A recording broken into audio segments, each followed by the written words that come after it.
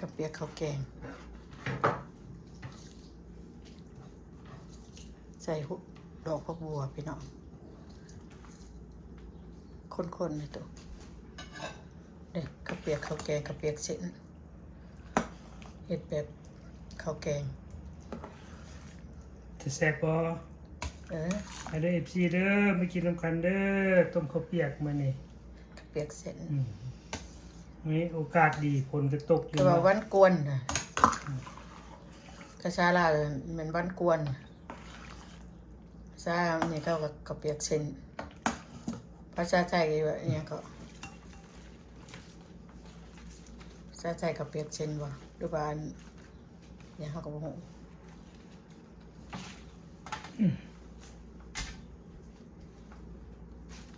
ดอกมันตีประตูเอาช่วยปักบัวชนะก่อนพอถาวรพระอัดก็เลยจะหน่อยพระอัดมันพอดอกปักบัวมันสิแข็งอัดไว้สักก่อนวันเราช่วยปักบัวนี่ ที่ชนะขับเปียกเพราะห้องปองมันมีขนาดกับว่าหมักเพราะห้องปองหมัก มันแก่แล้วจะขิวเนาะมันเป็นดอกนะก็จะผลหมักหรือบางคนเท่ากับพอหมักเอาหมักกันอ่อนแก่ลายกับคิ้วพักกับพักกันข้าวเปียกก็ได้พักก่อนเด้อบ้านนี้พ่อแม่พี่น้องจะถ้วยได้ถ้วยนั้นบ่อ่อนได้ป่ะเพื่อนคอยตักได้มันจะเยอะโอ้ตัวแซ่บๆอยู่เลยพ่อแม่พี่น้องคนน่ะ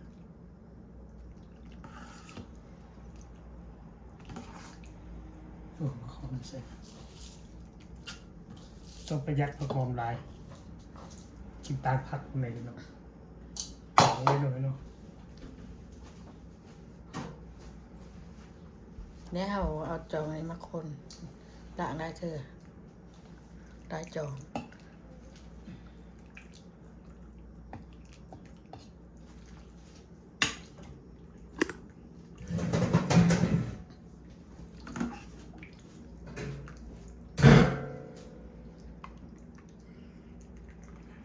คืออยากกินได้มื้อแล้วก็เปียกก็ได้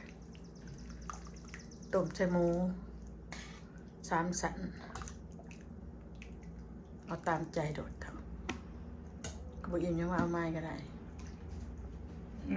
ไปตักให้บ่ตักไก่โดด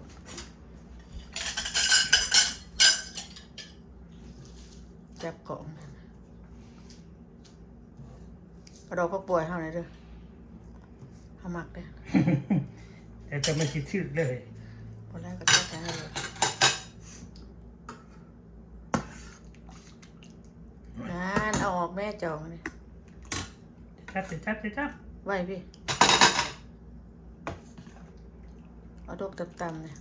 คอยตักมันจะดีดมาพี่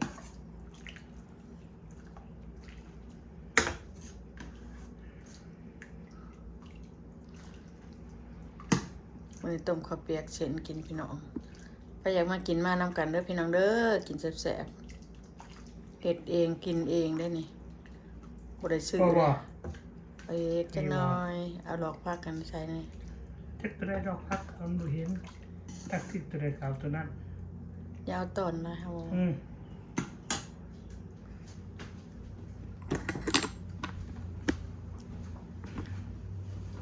พักจะกินกับนี่ไม่มาปรุงก่อนปรุงด้วยปรุงก่อนเจ้าเอาผ้าอัดไว้เนี่ยได้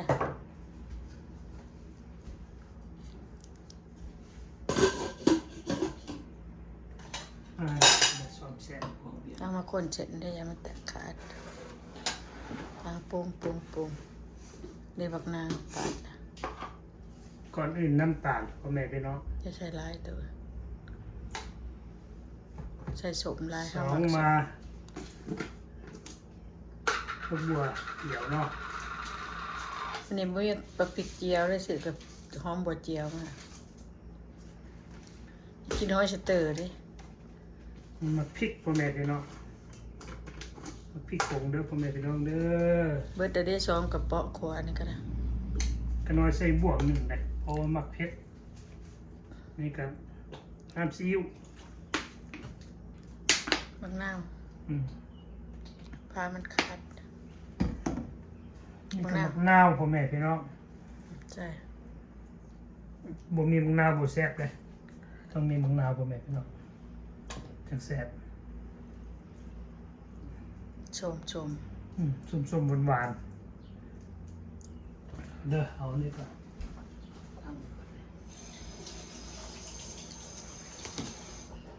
ช่องถ้วยใหญ่ช่องถ้วยใหญ่ สองมาน้ำมันหอยพ่อแม่พี่น้อง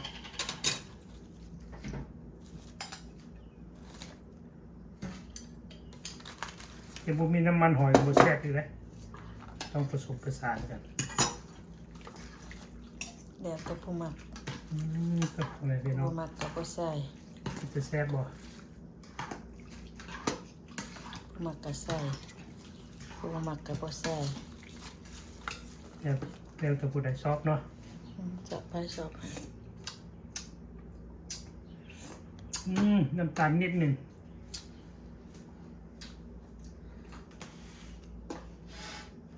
ให้ถาพักไปกินอยู่ร่มบ่ ลุมใส่ เดี๋ยวนั้นน่ะ น้ำเจ็บหัวเข่าอ้าว เอาไป กระ ก่อน ปุงบ่ เอาไปก่อนเขาจะหมดคลิป กระทาตักพ่อแม่พี่น้อง โอเคพี่น้อง มากินกับเปียกตอนเช้าน้ำกันพี่น้องได้แซ่บๆเฮ็ดเองกินเองพี่น้องแซ่บอยู่ต้มใส่หมู จะไปปรุงเอาก่อนสุดท้าย พอฮอตหมด ก่อนเลย โอเคเนาะพี่น้อง มาเริ่มไปแซ่บๆกันเด้อไปเบิ่งว่าตอนกินเด้อพี่น้องเด้อโอเคบาย